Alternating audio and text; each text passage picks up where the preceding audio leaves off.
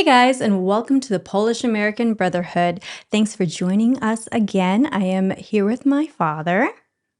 Marian Szczepański, thank you, Tara, for letting me be on your show, Polish American Brotherhood.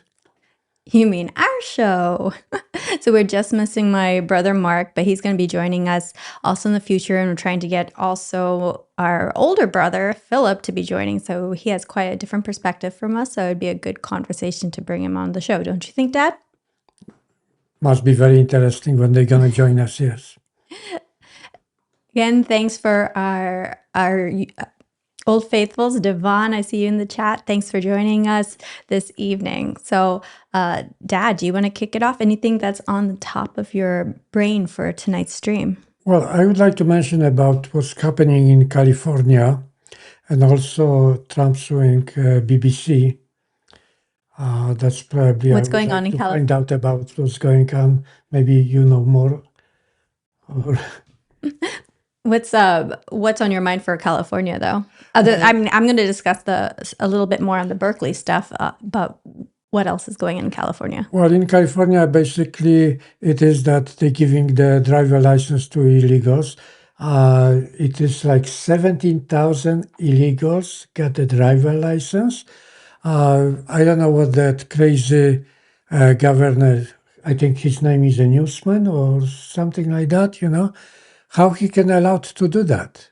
I know, like here in Florida, they, in order to get a driver's license, they check your visa, though. That's one of the requirements here in Florida, that they check that you are that you entered the country legally. So that's interesting. Maybe they don't have that requirement to get a driver's license in California. Well, most of the states, I think they have a very strict law about who they giving the driver license. They rejecting a lot of for those illegals who can drive the big trucks. After that accident, what happened? They start investigating. But also those people who work for the government, DMV or something like that, they've been selling the driver license. So I don't know what exactly going on, but the investigation probably will prove that a lot of corrupt official we have either all over the United States. Oh, geez. So yeah, thanks for enlightening me about that. I heard. I know, like when you were watching those videos, sometimes when we see with ICE that people have those driver's license. I'm not sure what states those are, but I just remember like when one of my friends was getting a driver's license and he was here on a 6-month visa and everything, and he was able to get a driver's license by proving because they actually check in the system your visa. They did that at least here in Florida. But also, I'll go ahead and bring up what I was going to talk about in California. I mean, a couple of days ago, for those who hadn't caught what was going on in UC Berkeley, I just came across this reel that has like one of the attendees and everything that just shows everything in the background, and I thought this was pretty nuts. So I'll go ahead and bring that up.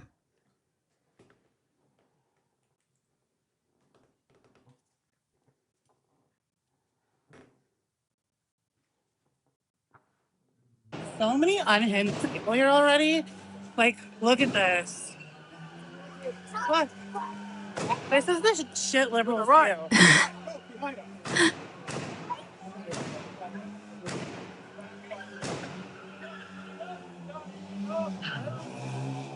What the? This is from the Turning Point USA event. Literally, this is the stuff conservatives have to deal with because you have unhinged liberals. This is the shit we're dealing with. Genuinely insane. What is wrong with people? This is genuinely insane. So I just thought, Jeez. Charlie, and then. So yeah, that's some more footage of what was going on from just one of the event attendees for the Turning Point USA event, Dad. Well, this actually can happen everywhere, but really, this doesn't happen here in Florida. One thing what I want to say, why the government is protecting so much about those illegals and protesting things, they telling the ICE to remove the mask, but they don't ask the Antifa or the criminals to remove the mask. They asking only those who serve the country. That's one thing I don't understand. And mostly it happened in the Democratic area and in California. So first thing what they should do before they ask the ICE to remove the mask, they should ask the criminals remove the Careful, Dad, mask. you're shaking the. You have to be careful. You're sorry to interrupt you. You're shaking the table. So Okay. I know you're so passionate when you're speaking and everything, but the camera's jumping up and down. So all right, continue what you're saying. What I'm saying about the politician, like in California, mostly is Democratic, and they supporting the protesters, and they are against the ICE having the mask. Well, you have to understand that people who serve this country and they have a family and they have to protect the family, not only themselves, but they have to protect the family because they fighting the criminals and criminals can do all kind of shit to them, so you cannot blame them that they having the mask on the face. I mean, they're wearing the masks because they're being doxxed, their families being threatened, there's bounties being put on their heads basically to be kidnapped or to be executed, like all this crazy stuff. So the ICE wears masks, and yet when Antifa wears masks and everything, they have an issue with ICE wearing masks. Yeah, that's what I think. There is a lot of crazy people in the world. Okay, they can kill you for a couple of dollars. What about if the police or law enforcement, like ICE, they try to protect us, and the criminals are against them? On which side you are? On the Democrats, which are very corrupt, or on a side like the Republicans try to straighten out this country? And also, I want to say mention about Trump. His things what he tried to succeed, in this country and make the America great again. Thank you, Mr. Trump. Yes, thank you, Mr. Trump.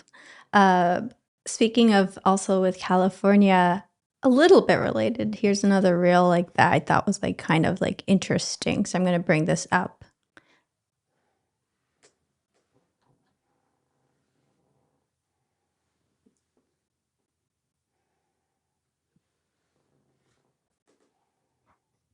And y'all said that we had to stop the spread. Yeah, we decided we can do that too. Oklahoma is stopping the spread of woke ideology. New thing in Oklahoma just came up. If you're a teacher and you came from California or New York, those two states only, you don't have to pass an ideology test before you're allowed to teach in Oklahoma. Y'all done did it. Y'all done did it, and there's no one to blame but yourselves. The test comes through PragerU, which is an organization that I love and hold dear and dear to my heart. There's also a poll in my bio from PragerU about teachers' unions. PragerU is doing a lot of things right now to crack down on this woke ideology in schools.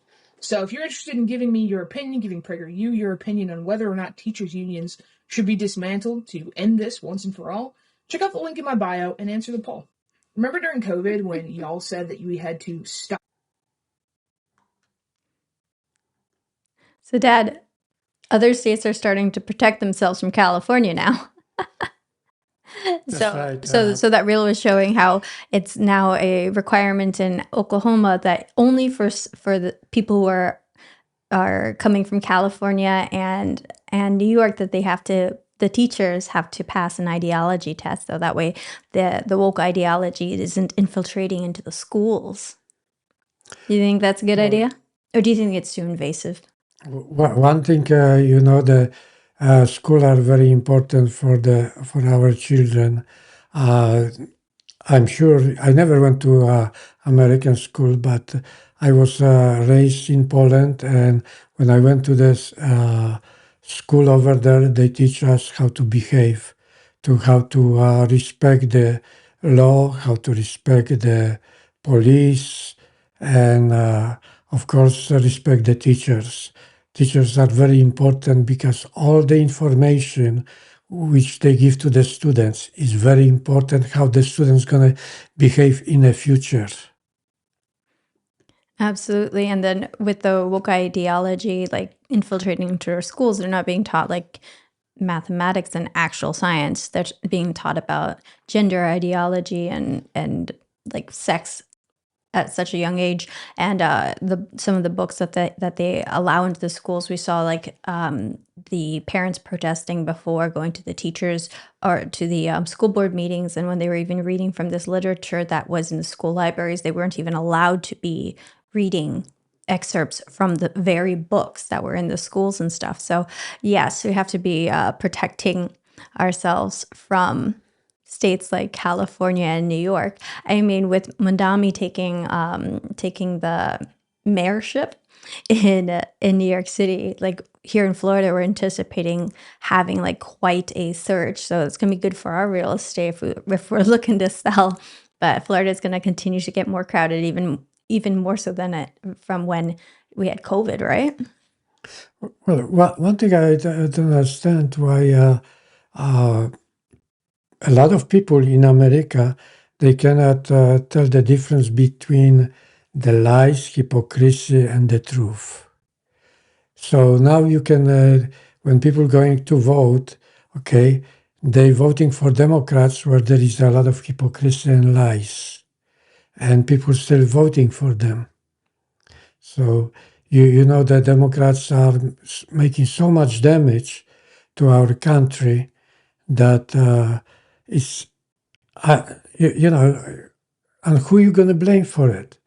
The voters or those hypocrites, liars, which promising everything, and once they win the race, they do opposite way.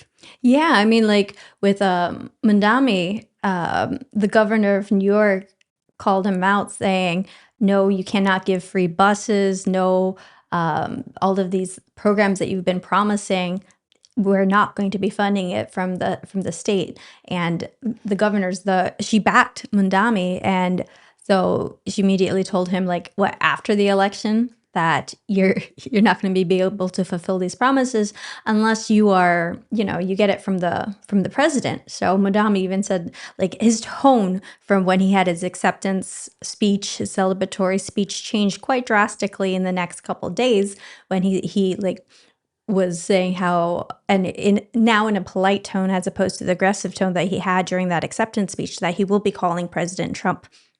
If I was President Trump, I'd be like, okay, like maybe not even take the call, right? Well, I think the first thing, running for the public office, you're supposed to be born in United States. So if that would be the case, Madame never would be the running for the public office. And now we end up with Madame and Omar in a Congress. She was a congresswoman. So Yeah, I think, after how long too? Because I mean, yeah, Mudami very only got long. And he only got his citizenship what in 2019 he became a citizen, even though he moved to the US when he was like 7 years old. He like just got his citizenship in, I mean, he's a young guy. But he just got his citizenship, I believe, in 2019. And so soon after getting his citizenship, being able to now be mayor of basically our one of like the epicenter for our largest city, major city in the USA. well, to be in a public office, is very important position. And if you're not attached first, number one, to the United States, I think it is wrong because, like Omar, she's still thinking about that more about Somali, which Somali actually didn't care because when Trump tried to ask the president of Somali, can he take her? President of Somali says, no, you keep her. We don't want her in Somali. And speaking of like the requirements, like how you're saying we should do that immigrants shouldn't be able to run for those high of offices. I mean, maybe I would say city council, but then again, mayor of NYC, that's city. So there's with the age requirement to become president, you have to be 35, right? I think you have to be 35 to Yeah, become president. Shouldn't we, something like that. is Yeah. there like age requirements for other public offices? Maybe not. Maybe it's just the I presidency. don't have that. Is it working, the microphone? Yeah, the microphone's working. Yeah, okay. I don't know the figures. We can find out about it, but it doesn't matter, because sometimes the young generation is smarter than the older generation. Even if you're 70 years old, you might be more stupid than a 18 years old student. So that's happened when I saw a 12 years old student, and he already is a professor in a university. So that's kind of unbelievable. So we should always think how smart that person is running for the office, and if he is born in the United States. Because Maybe we should have a IQ test. because with voter with everybody being able to vote, I mean, I would support a form of like a civics test or anything, because people influence the policies the way that they're voting, and your vote counts as much as somebody who knows nothing or cares about nothing. So I don't know, but of course that would be like highly controversial to be able to put those kind of restrictions. But it's something that I would support. Like, you have to have some sort of political literacy or civics literacy test exam to be able to vote. Like, at least know who the candidates are. I mean, at least for president, people know who the candidates are. I'm not, even with their, like, when we're looking at the ballot, I don't know everybody that's there, so that's why people vote down ballot. If they'll vote for the Democratic candidate if they want to go blue, or just down red when they don't know the names. I mean, it is what it is, right? Well, one thing, I can give you an example. In California, Governor Schwarzenegger. Yeah, wasn't he a good governor? He was good. People like him, but I don't think he knew too much about politics. That's the problem. I mean, So they Reagan should didn't know much about politics, and Trump wasn't a politician either. But he is a good businessman. That's what I like it about Trump. He businessman. Yeah, he should be allowed to run for the public office, because he knows how to make a business, and that's most important for America. Do it good business. I mean, sometimes it's good to like not be a career politician getting into office. Like, you have people like Trump who didn't have any political experience prior to becoming president, but he's doing what's right by the country. I mean, he's pretty common sense, though. Well, president has a lot of good advisors. You can see the administration of Mr. Trump. They're very smart people, very intelligent. He tried to do everything to the what's the best for the country by passing all those stupid laws and something like that. Okay, so he does a lot of good things. And the one thing you guys heard about, we're gonna have more states too in America, which is a good thing. I think it will go through, because those provinces north of United States, they really want to join America. It will be good for them, and I'm sure it's going to be good for us. We talking about Canada? Yeah. I don't know if you want to hear about which the provinces want to join, but the number one is Alberta, and the other states following, like Manitoba, Saskatchewan. Also British Columbia, beautiful state. I heard that Yukon wants to also join that. This way we can get direct connecting Alaska to United States. Another states which, when I came to America, Quebec tried to make a referendum about separate from Canada, but it didn't went through, and then they blamed that the immigrants was too many immigrants over there, and they want to stay in Canada. But now it's a different thing.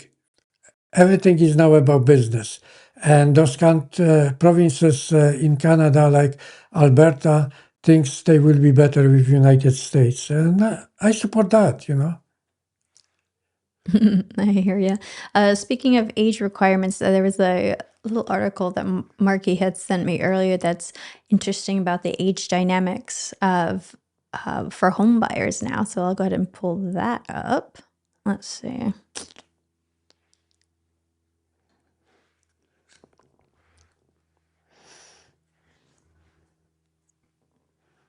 Yeah, we got the first-time home buyers are older than ever. So, according to reports, the median age of first-time homebuyers hit a record 40 in 2025 per the National Association of Realtors. Younger buyers are struggling with student loans, high living costs, rising rents, and a shortage of affordable homes. So you can see here, like back in just 1991, first-time home buyers were 28, and now in just 34 years later, we're 40. The 40 is pretty old to be owning a home. What are your thoughts about that, Dad? Well, I mean, I know, like, for example, talk through like what your salary was like when back in the day when you became a first-time like home buyers. Like it was a lot easier, wasn't it? well, at that time when I was in a time when I was buying the properties, it seems like was very difficult too. People today they think that it's very hard time, but it depends on the economy. If people have a job, what Mr. Trump, President Trump, tried to bring to America more jobs, there will be more buying houses because house is the number one investment in your life and it's very protected. So if you don't have a job, you cannot buy a real estate. That's I mean, that's why a lot of people went behind Mandami was because he was writing on the affordability of New York rent. Because in New York, it's really hard to like own, so everybody rents. well, the thing is that a lot of people think that the democracy will solve all the problems. Okay, that the Democrats will take care of the middle class or less fortunate people, but this is not true because a lot of the Democrats are corrupt and they promising a lot of you. You saw it when Joe Biden was how they destroyed America, and he was allowing to do that. Now to straighten up the country for Mr. Trump, it will take a long time. I hope he can do as much he can, but in a short time when he's the president, he did already a lot. He did already a lot for America, and I just wonder when the end of his time in office will come, America gonna be much greater than he took the office. So I believe in Mr. Trump that he gonna make America great again, and we hope for him, and we wish him the best he can succeed. This was another one that Mark sent me about since of course, we're always talking about Trump because we are a pro-Trump channel, the Polish American Brotherhood.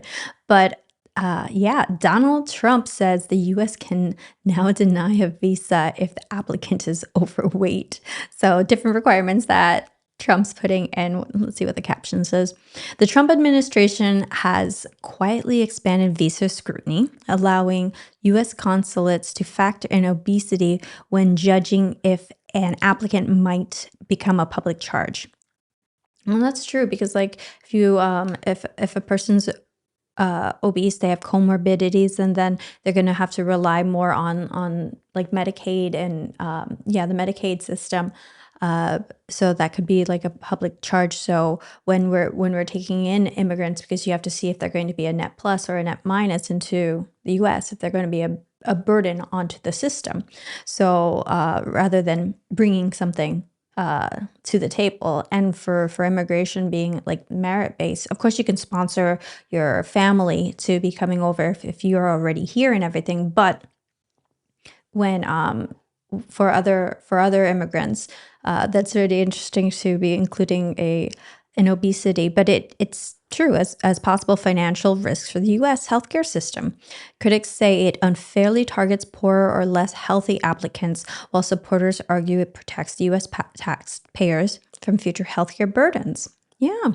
How this new guidance will be applied remains unclear, but for many would-be immigrants, even a doctor's note could now decide their future.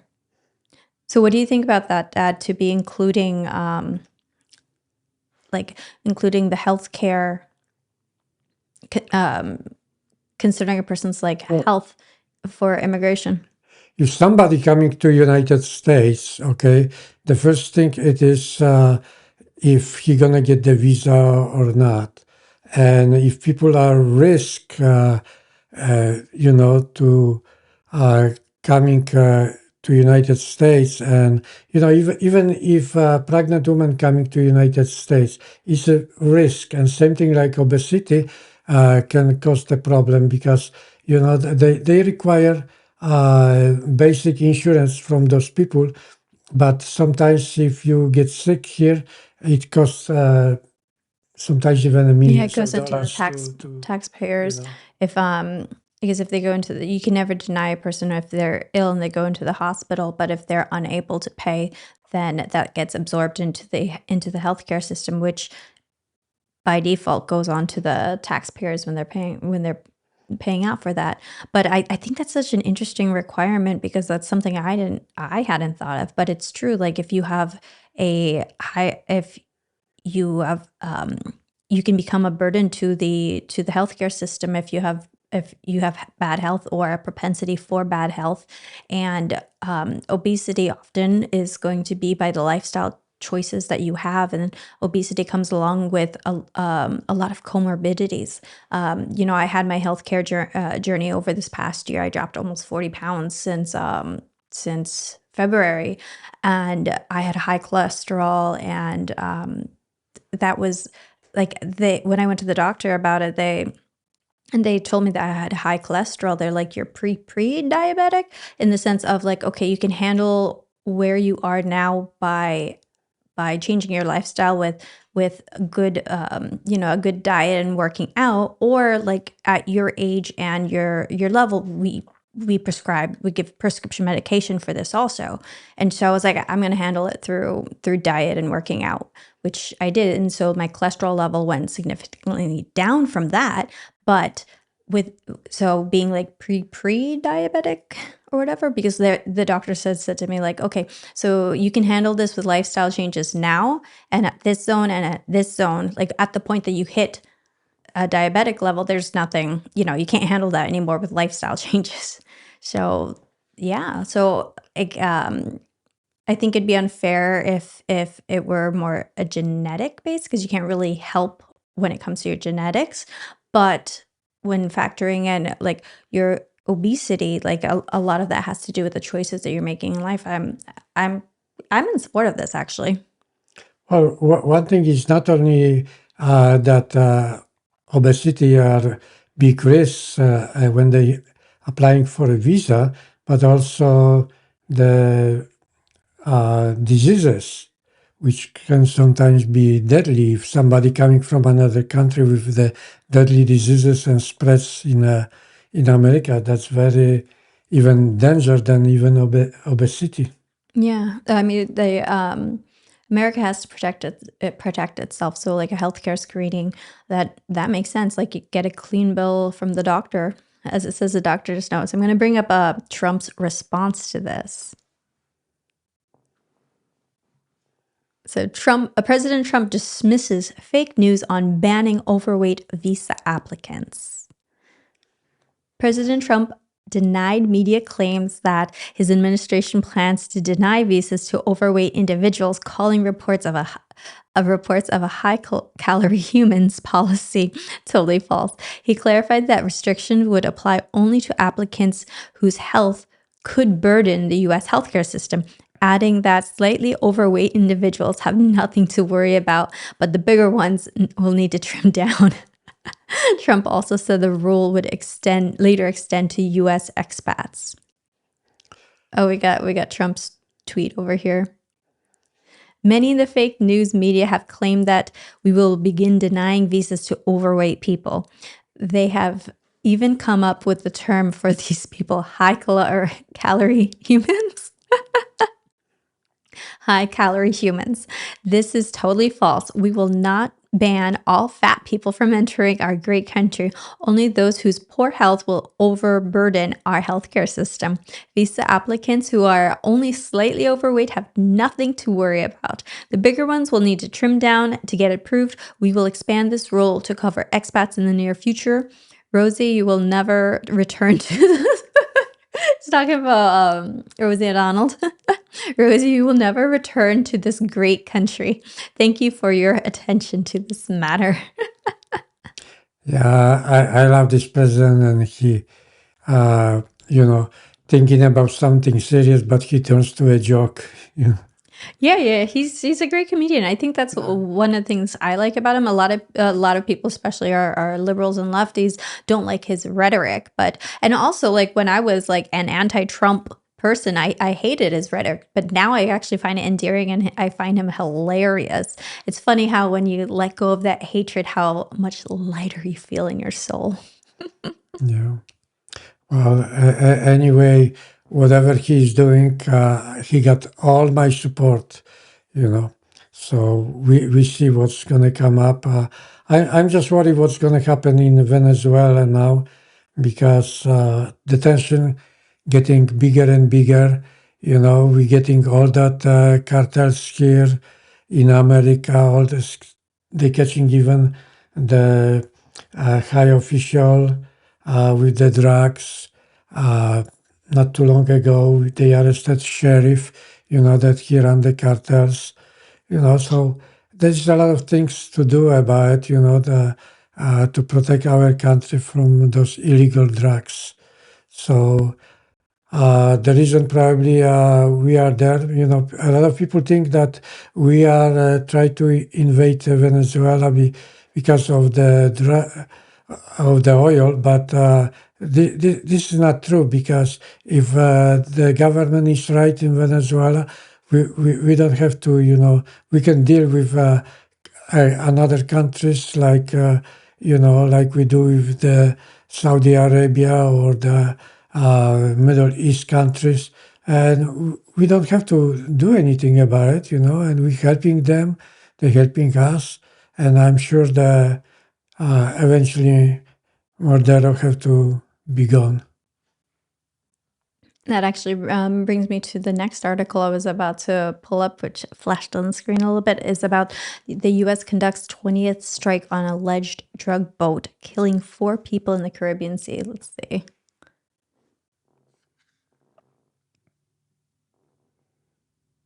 Just zoom in a little bit on that.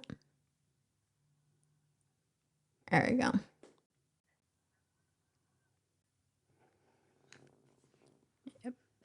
U.S. conducts 20th strike on alleged drug boat, killing 4 people in the Caribbean Sea. The U.S. military conducted another strike on an alleged drug trafficking boat on Monday. A Pentagon official confirmed to CBS News. The attack targeted a vessel in the Caribbean Sea and killed 4 people on board. So, yeah, along with what's been going on with Trump's been going after those boats, which is good, because if you're bringing in these drugs into the U.S., like especially with fentanyl, the number of American citizens that are being killed by it. So he's doing something about it. Let's see. Since September, U.S. forces have destroyed at least 21 vessels in 20 strikes. Let me see. In 20 strikes in international waters, killing at least 80 people. The Trump administration says the operations, the details of which remain sparse, are part of an anti-drug offensive. Defense Secretary Pete Hegseth has dubbed the wider anti-trafficking effort Operation Southern Sphere. The Pentagon has not revealed more information about the most recent strike. Previously, Hegseth has said the attacks have targeted narco-terrorists. on known drug trafficking routes, although U.S. officials have not provided specific evidence that the vessels were smuggling drugs or posed a threat to the United States. Some experts say the strikes, which have taken place in both the Pacific and Caribbean, may violate international law, even if that they target known drug traffickers. UN Human Rights Chief Volker Turk this week urged an investigation into the legality of these strikes, warning of strong indications of extrajudicial killings. Yep, so see, Trump's doing something about it. Yeah. Well, you have to understand that countries like Venezuela or Colombia, even Mexico, they love those cartels because they bring a lot of money to those countries. But America getting poisoned because of those cartels, and finally the Trump's administration doing something about it. So otherwise, uh, if we're not going to do anything about it, that will be end of the United States, and the beneficiary who's going to be mostly China. Yeah, I mean the drugs are coming from China. They're coming from China into Latin America, into Mexico, and getting smuggled up into the U.S. Well, mostly from China coming the substances, the chemicals which turn to those drugs, So sometimes those chemicals are used for cleaning, the cleaning things, but the cartels turning them to the drugs.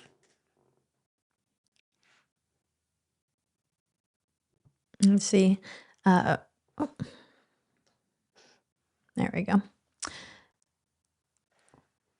Senior military officials on Wednesday presented President Trump with updated options for potential operations in Venezuela, including strikes on land.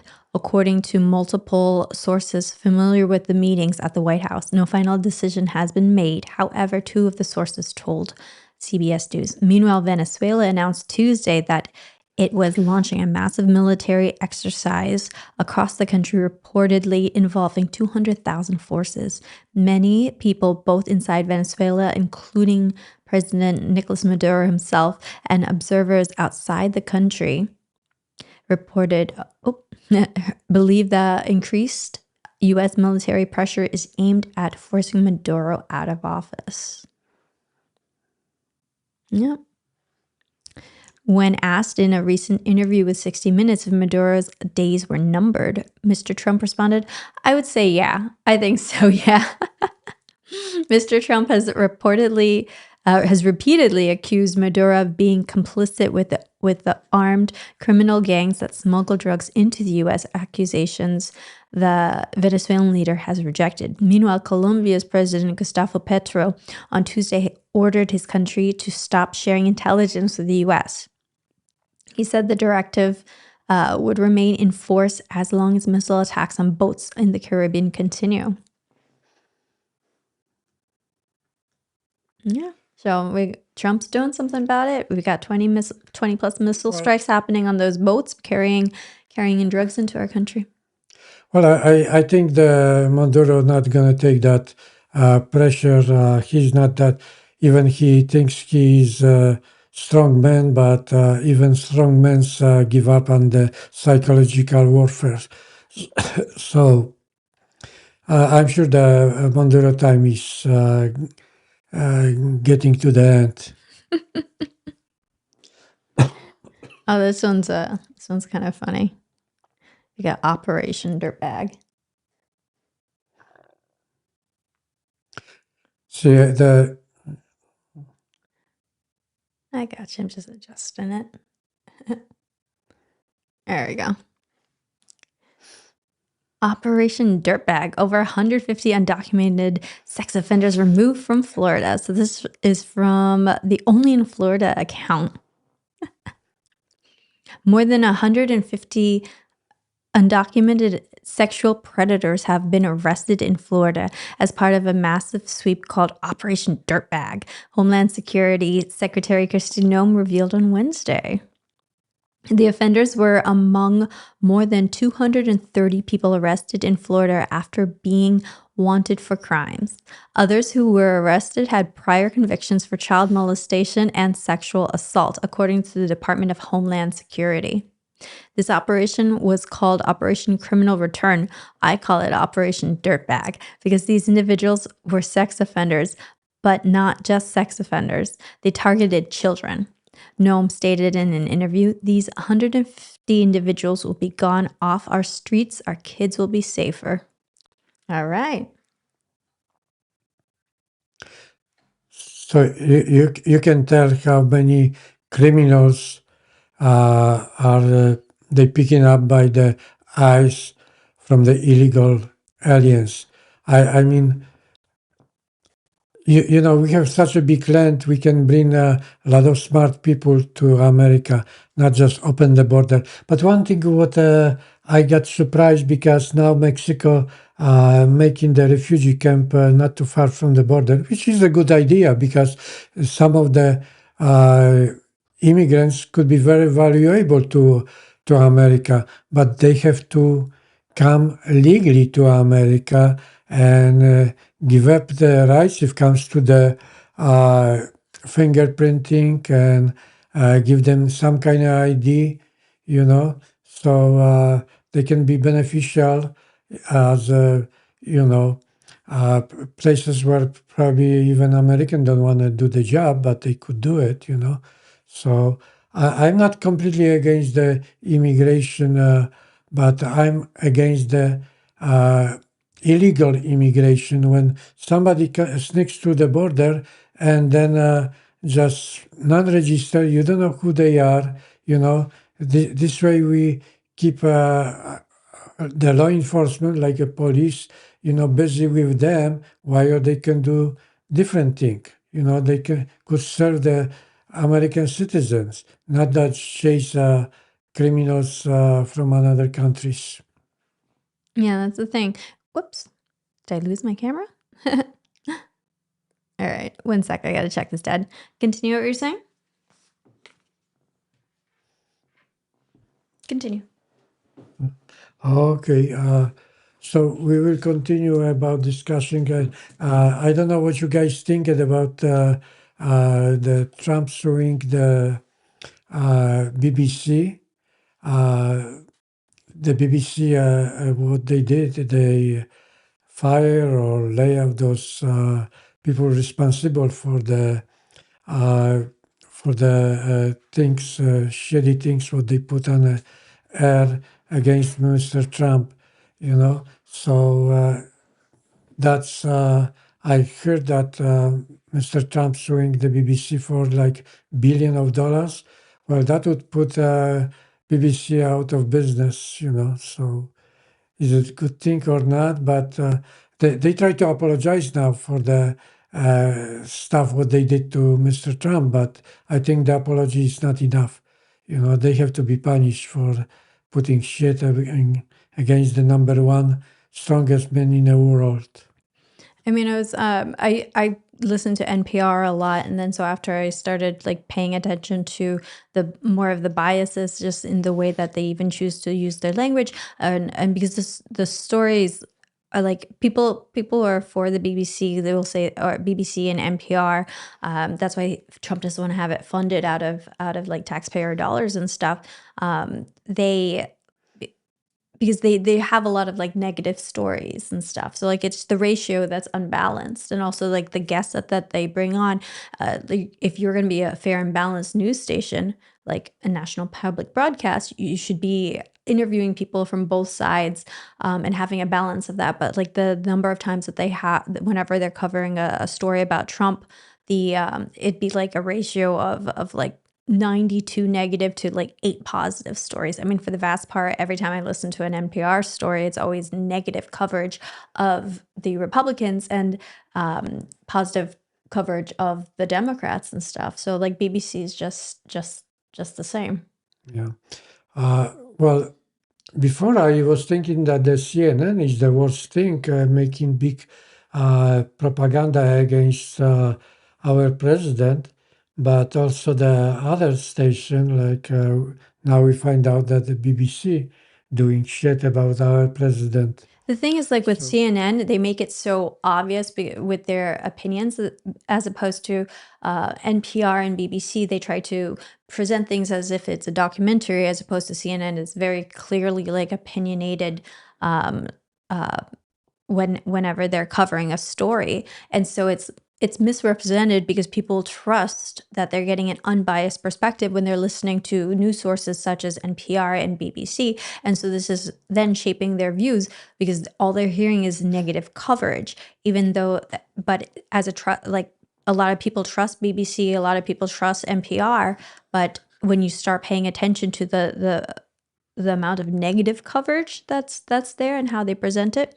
I mean, even the way that the BBC, they had they showed January 6th, for example, and then how they edited out when Trump was addressing the people, saying that we're going to march towards the Capitol and we're going to peacefully fight like hell. That fight like hell part was like 52 minutes after we're going to peacefully march to the Capitol.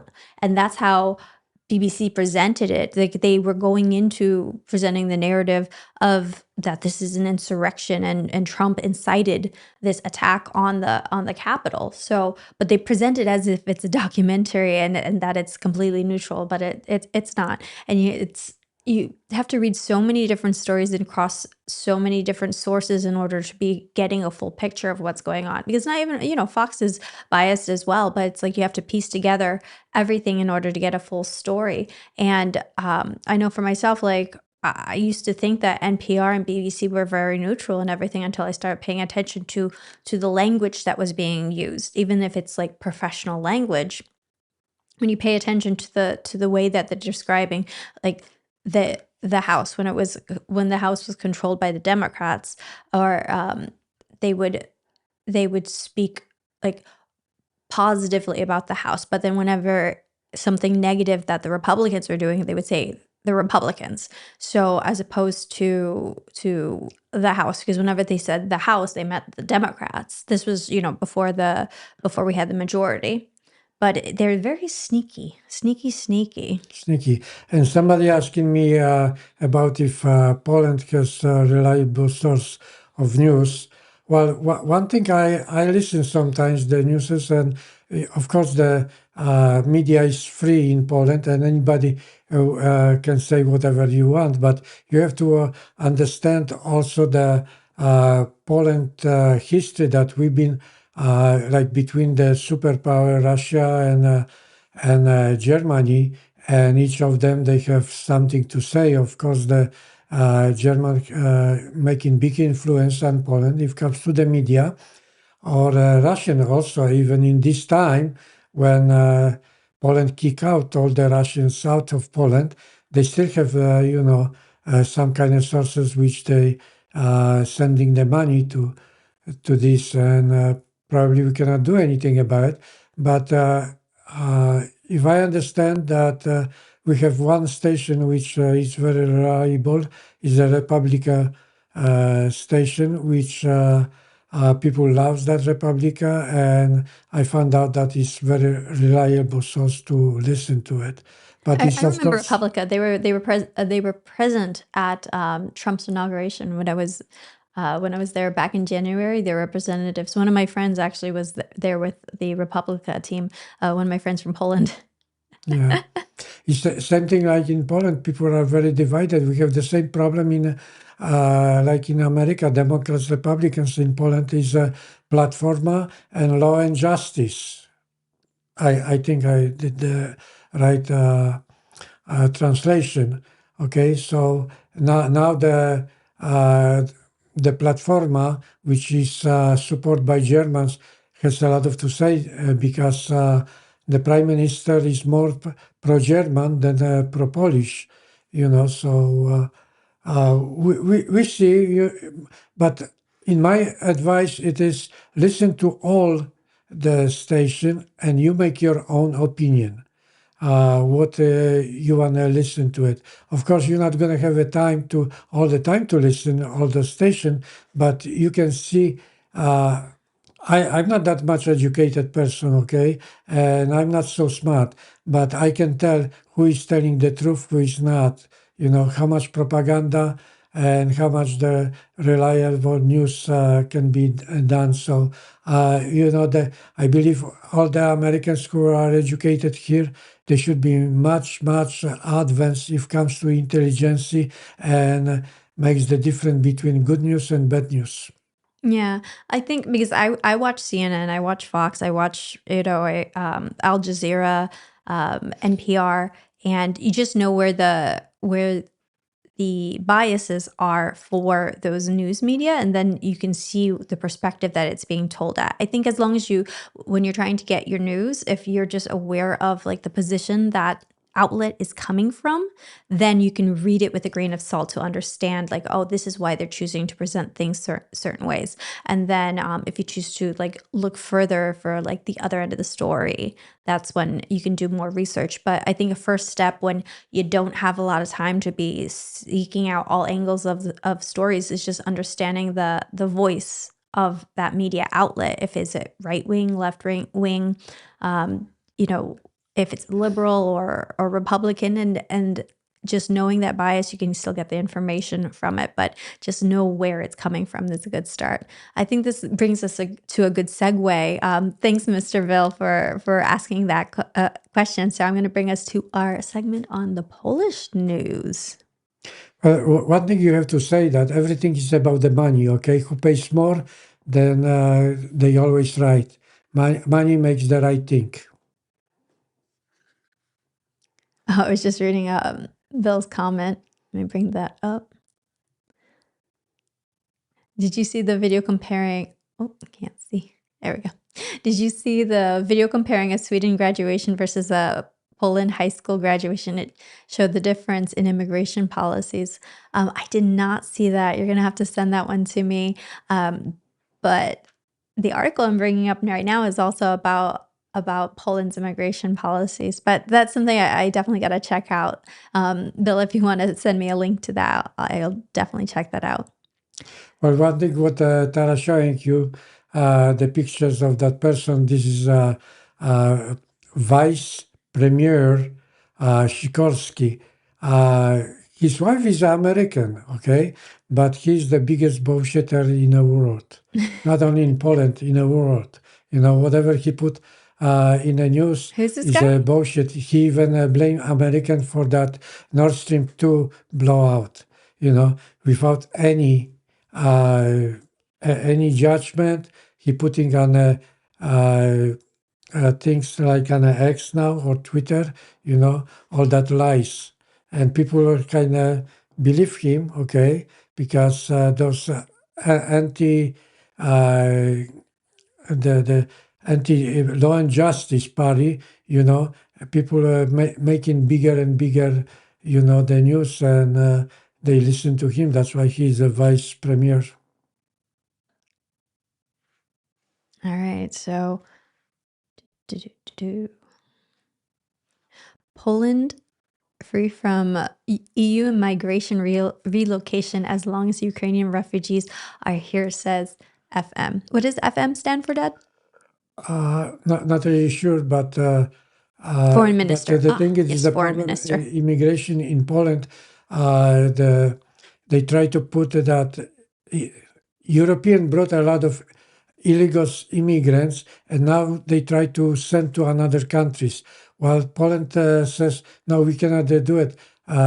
So the European Parliament says, okay, you're gonna pay now $20,000 dollars if you're not gonna get that illegal immigrant. So Poland rejecting that because Not one illegal shall come here illegally. That's Tusk. No, not Tusk.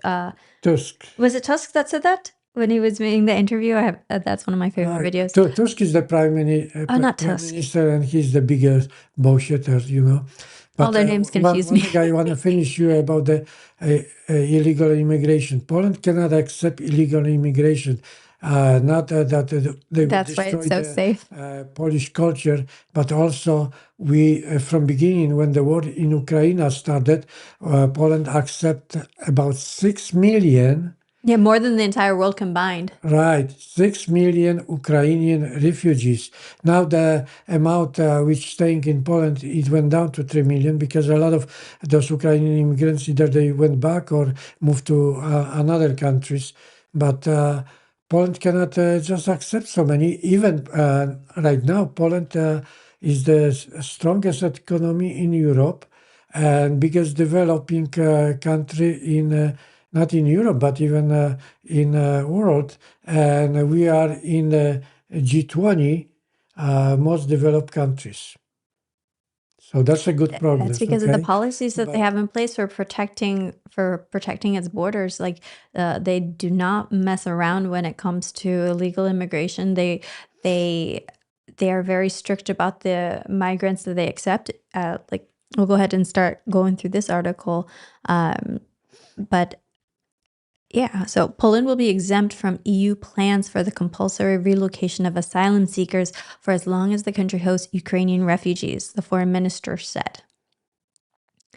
Radoslav Sikorsky told private TV station Polsat News that he expected that to be a good couple of years. The EU is to introduce a program called the Migration Pact to reform the bloc's asylum and migration management system as it struggles to cope with illegal arrivals. The invitation, my contacts are bothering me. The initiative involves a solidarity pool of countries subject to compulsory solidarity, which may take one of three forms: accepting migrants relocated from their original country of entry, making a financial contribution in lieu of taking in migrants, or providing operational assistance at the EU external borders.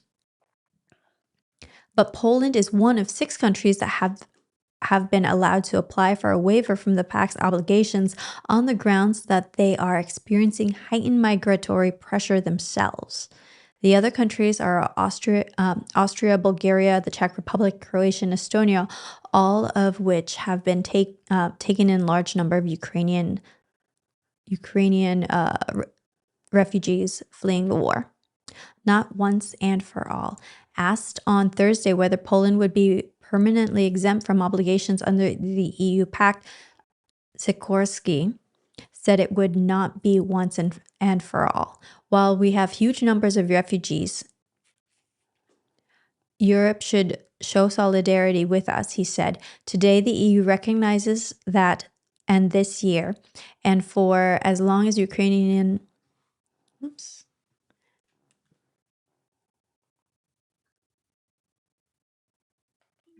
Sorry about that. My monitor was about to turn off. Polish Deputy Interior Ministry, Maciej you're going to help me with these names, Dad, right? Duszczyk. Maciej Duszczyk. Announced earlier on Thursday that the European Commission had received Warsaw's application for full exemption from the solidarity mechanism. Application filed. Yeah. Duszek also pointed out that a sitting of the EU Justice and Home Affairs Council on December 8th and 9th would consider the request, but a response was not certain. We will see whether that process ends then, he said, adding that the council is obliged to make a decision by the end of the year. We know the process is very dynamic, he said. The Commission is doing it for the first time, so there may be some sort of delay. Duszek added that he sees no danger, no reason why the application should not be approved, and that he believed Poland would be granted exemption for the coming years for sure. Well, not bad. Well, one thing, how the illegal immigrants coming to Poland, I don't know if you heard about Belarus, okay, which is east of Poland, and Poland had to build a similar wall as we have on the southern border between Mexico and United States. They built a very high wall too, but the president of Belarus, Lukashenko. Okay, he's bringing from all those immigrants from other countries to Belarus and helping them to come to Polish border. And that's the problem is, that's Polish border is well secure, but still some of them they getting through, cutting the fence or so. We have the same problem what America has the problem on Mexican border. I mean, sorry, my other camera overheated. So but yeah, I mean, all of the countries have this as a has this as a problem. It just how they deal with it. And Poland's very fierce when it comes to its immigration policies with protecting its border. We saw the videos of how at the border that they use the water cannons to get people to go away. So they protect their border, and that's why they're not having the same outcomes. Basically, we might have the same problems as these other countries, but they're not having the same internal problems because they're stopping it before it starts. Well, they're not worried to come to the border because the border patrol cannot shoot them. All what they can do just catch them and put them back on the other side of the border. But one thing, the funny thing shows like a lot of people who thinks that break the rule. They even been bringing a pizza to the border and try to feed those illegal immigrants, which was kind of funny when they are chased by the Polish border soldiers or something like that. So it is a lot of fun just watching, how somebody people are crazy and do something against the law.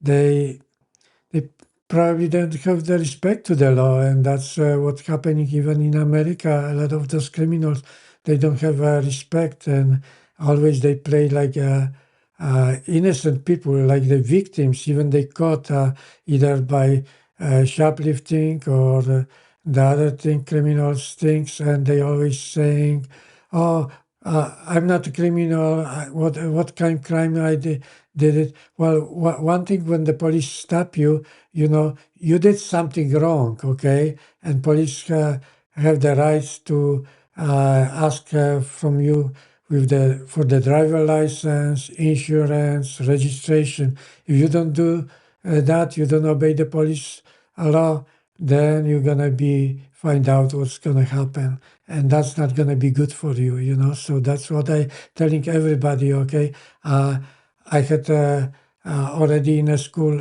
when I went to English school, the teacher told me always do the right things. Okay, if you get a ticket, just pay it because that's the cheapest way to get away.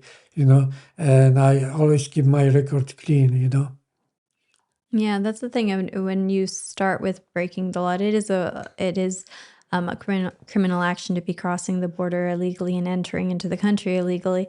Then how else are you're not going to be vetted to see if you've committed other crimes in your home country. So we in the U.S. need to be able to protect ourselves. And until Trump brought the issue to the forefront, people were always against illegal immigration, basically, except for your far, far leftists. But now even your liberals are saying that to allow for illegal immigrants to be staying here. But if you start off, it's starting off on the wrong foot. I don't know if they're going to trust you very much from that.